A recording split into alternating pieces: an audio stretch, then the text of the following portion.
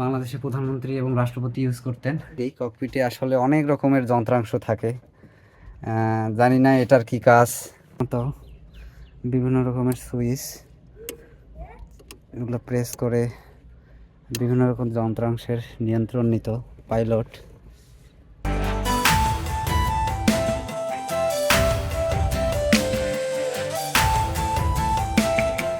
তো গাইস, আজকের ভিডিওতে দেখাবো বাংলাদেশ বিমান বাহিনীর যে জাদুঘরটি রয়েছে আগারগাঁওয়ে তা নিয়ে।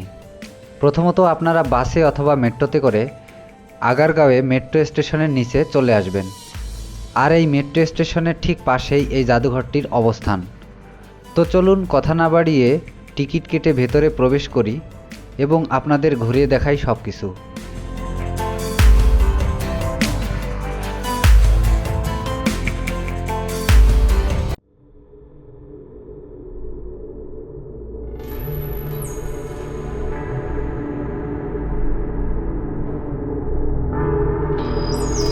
আসসালামু আলাইকুম everyone, it's me restart Nahid. কেমন আছেন আপনারা সবাই? তো চলে আসলাম আরও একটি ব্লগ ভিডিও নিয়ে। তো আমি এখন বর্তমানে অবস্থান করতেছি বাংলাদেশ বিমান বাহিনীর যে জাদুঘর আগারগাঁওয়ে, এখানে অবস্থান করতেছি। চলে আসলাম আপনাদেরকে দেখানোর জন্য, আমিও ঘুরে দেখব। তো চলুন ঘুরে দেখি আপনাদেরকে নিয়ে। তো ভিউয়ার্স, আমার পিছনে যে বিমানটি দেখতে পাচ্ছেন এটা হচ্ছে AN-24 বলাকা বিমান, রাশিয়ার তৈরি। এটা বাংলাদেশ সেনাবাহিনীতে 1973 সালে সংযোজিত হয়। পরবর্তীতে এটা রাষ্ট্রপতি এবং প্রধানমন্ত্রী ব্যবহারের জন্য এটি ব্যবহৃত ছিল। এখন এটি যেহেতু আর ব্যবহৃত হয় না, তাই এখানে সংরক্ষণ করা হয়েছে। তো আপনারা দেখতেই পাচ্ছেন বাংলাদেশ বিমান বাহিনী AN-24 বলাকা বিমানটাতে আমি এখন প্রবেশ করব। তো যে বিমানটি একসময় বাংলাদেশের প্রধানমন্ত্রী এবং রাষ্ট্রপতি ইউজ করত, সেই বিমানটার ভিতরে আপনাদেরকে নিয়ে যাচ্ছি গাইস। একটু ভিতরটা দেখুন, ভিতরটা আপনাদেরকে দেখিয়ে দিব। অসাধারণ। তো গাইস, ভিতরে আমি প্রবেশ করে ফেলছি। তো এই বিমানটি এক সময় বাংলাদেশের প্রধানমন্ত্রী এবং রাষ্ট্রপতি ইউজ করতেন, জানি না সে আগের আদলে আছে কিনা। তো এখানে ভিতরের ইন্টেরিয়রটা আপনারা দেখতেই পাইতেছেন। হ্যাঁ, এখানে এসি লাগানো করতেছে, জানি না আগে থেকে এসি লাগানো ছিল কিনা। এখন আমরা ককপিটের দিকে সামনে যাইতেছি। তো কি অবস্থা ভাইয়া, বিমান চালাচ্ছেন? কেমন অনুভূতি আপনাদের? তাই? তো বিমানের ককপিট থেকে আসলে দেখতে কিরকম হয় এখানে আপনাদেরকে দেখতে হলে এখানে আসতে হবে বাংলাদেশ বিমান বাহিনী আগারগাঁও জাদুঘরে। তো অসাধারণ এখানকার ভিউ। আমি আপনাদের একটু দেখাই দিই। ককপিটে আসলে অনেক রকমের যন্ত্রাংশ থাকে, জানি না এটার কি কাজ। এটা সাধারণত ওঠানামার ক্ষেত্রে ইউজ হয় মেবি।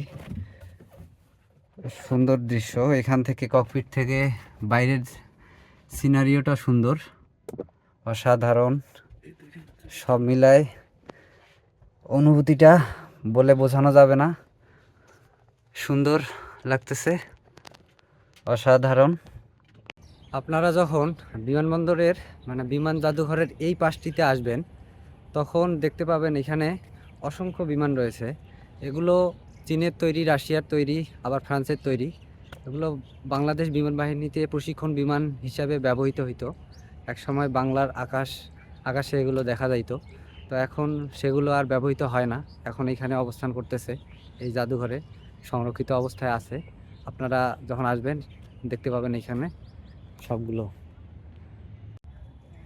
এটা আপনারা দেখতে পাচ্ছেন দ্বিতীয় বিশ্বযুদ্ধের সময় ব্যবহৃত B-25 বোমারু বিমানের প্রোপেলারের ধ্বংসাবশেষ এখানে সংরক্ষণ করা রয়েছে। আপনারা দেখতেই পাচ্ছেন প্রোপেলারগুলো। এখানে দুইটি প্রোপেলার, এই যে একটি, এই যে আরেকটি, এর ধ্বংসাবশেষগুলো এখানে সংরক্ষণ করা রয়েছে। রাজধানী ঢাকার আগারগাঁওয়ে 2014 সালে বাংলাদেশের প্রথম বিমান বাহিনী জাদুঘরটি প্রতিষ্ঠা করা হয়।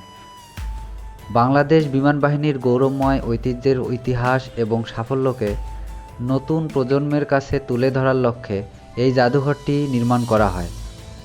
জাদুঘরের ভেতরে ঢুকলেই বিশাল চত্বর চোখে পড়ে, আর এই চত্বরেই রাখা হয়েছে বিভিন্ন জঙ্গি বিমান, হেলিকপ্টার এবং রাডার।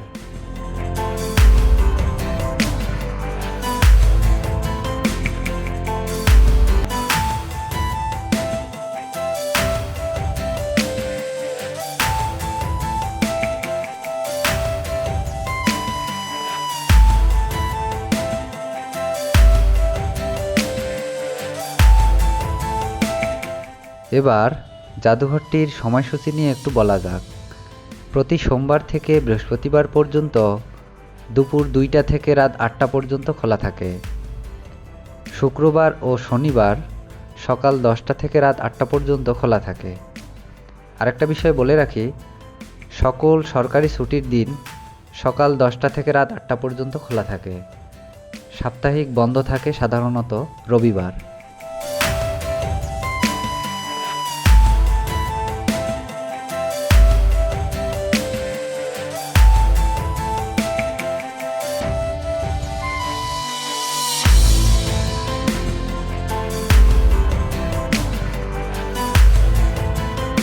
আমার পেছনে যে হেলিকপ্টারটি দেখতে পাচ্ছেন, এটা হচ্ছে MI-8 হেলিকপ্টার। এটা হচ্ছে রাশিয়ার তৈরি। এটা বাংলাদেশ সেনাবাহিনীতে, বাংলাদেশ বিমান বাহিনীতে এটা 1972 সালে সংযোজিত হয়। এই হেলিকপ্টারটি আকাশপথ থেকে স্থল পথে আক্রমণে খুব গুরুত্বপূর্ণ ভূমিকা পালন করে এবং এটি 1997 সাল থেকে পর্যন্ত এটি বাংলাদেশ বিমান বাহিনীতে ব্যবহৃত হয়। তারপর থেকে এটা এই জাদুঘরে স্থানান্তর করা হয়। তখন থেকে এখানে সংরক্ষিত অবস্থায় রয়েছে। আপনারা চাইলে আসলে এখানে এর ভিতরে 30 টাকা টিকিট দিয়ে ভিতরে প্রবেশ করে দেখতে পারবেন। অসাধারণ। আমি এখন দাঁড়িয়ে আছি সেই বহুল আলোচিত MiG-21 বিমানটিতে, যেটা রাশিয়ার তৈরি। সেটা শব্দের চেয়ে দ্বিগুণ গতিতে এটা বাংলাদেশের আকাশ এক সময় দাপিয়ে বেড়াতো। তো দর্শক, আপনাদেরকে একটু দেখাই, একটু উঠে দেখাই বিমানটিতে। এই হচ্ছে এখানকার অবস্থা, ককপিট। আমি একটু এখানে বসে দেখাইতে চাচ্ছি। এটা মনে হয় বিমানটিকে পরিচালনার জন্য এই হাতলটা ব্যবহৃত হইতো, ডানে বামে নেয়ার জন্য। আমার সঠিক জানা নাই। এগুলো সাধারণত বিভিন্ন রকমের সুইচ, এগুলো প্রেস করে বিভিন্ন রকম যন্ত্রাংশের নিয়ন্ত্রণ নিত পাইলট। তো আপনারা যখন আসবেন, এভাবে 30 টাকা টিকিট দিয়ে কেটে আপনারা উঠতে পারবেন। অসাধারণ লাগতেছে এখান থেকে, সব মিলায় পরিবেশটা অসাধারণ। হ্যাঁ জি, এর ভিতরে এখন প্রবেশ করতেছি। অসাধারণ গাইস, চলে আসছি। হ্যাঁ, এই হেলিকপ্টারটির ভিতরের দৃশ্য আপনাদেরকে দেখাচ্ছি। এখানে এই পাশ দিয়ে যে বসার যে স্থানগুলো আপনারা দেখতেই পাচ্ছেন। এখন প্রচুর গরম করতেছে। পাইলটরা এই ককপিটে বসে এই হেলিকপ্টারটি পরিচালনা করত। তো এখানে 2টি সিট দেখতে পাচ্ছি, একটা বাম একটা ডানে। তো এই হচ্ছে এখানকার অবস্থা। সেই সময় পাইলট কিভাবে এখান থেকে হেলিকপ্টারটিকে নিয়ন্ত্রণ করত, যা এক সময় বাংলাদেশ বিমান বাহিনীতে এই হেলিকপ্টারটি খুব দাপিয়ে বেড়াতো। তো আপনারা দেখতে পাচ্ছেন, এই ককপিট থেকে আমি আপনাদেরকে দেখাচ্ছি ককপিটের এই দৃশ্য। বিমান হেলিকপ্টারটি থেকে বাইরের দৃশ্য কেমন লাগে এটাও দেখানোর ট্রাই করলাম। তো অসাধারণ। এগুলোর কি কাজ সাধারণত আমার জানা নেই। অনেকগুলো বাটন দেখতে পাচ্ছি। আর এই হচ্ছে এইখানকার ভিতরের অবস্থা।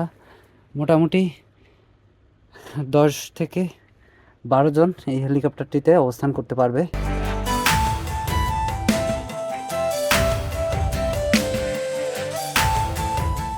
তো গাইস, আপনারা যে শুধু 50 টাকা টিকিট কেটে বিমান জাদুঘর দেখতে আসবেন তা কিন্তু নয়।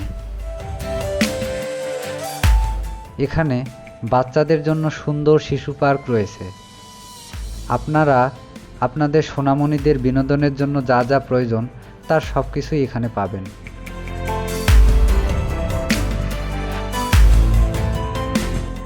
সুন্দর একটি পুকুরও রয়েছে, এখানে আপনারা চাইলে বোটে উঠে ঘুরতে পারবেন। খাবারের দোকান থেকে শুরু করে এখানে একটি সুন্দর রেস্টুরেন্টও রয়েছে, আপনারা চাইলে এখানে বসে খেতেও পারবেন।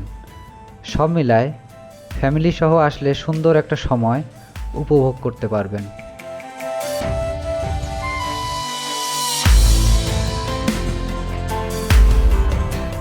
তো গাইস, আজকের মতো ভিডিওটি এখানেই শেষ করতে হচ্ছে। ভিডিওটি কেমন লাগলো কমেন্ট করে জানাবেন অবশ্যই, আর ভালো লাগলে একটা লাইক দিবেন আর সাবস্ক্রাইব করে পাশে থাকবেন। আল্লাহ হাফেজ।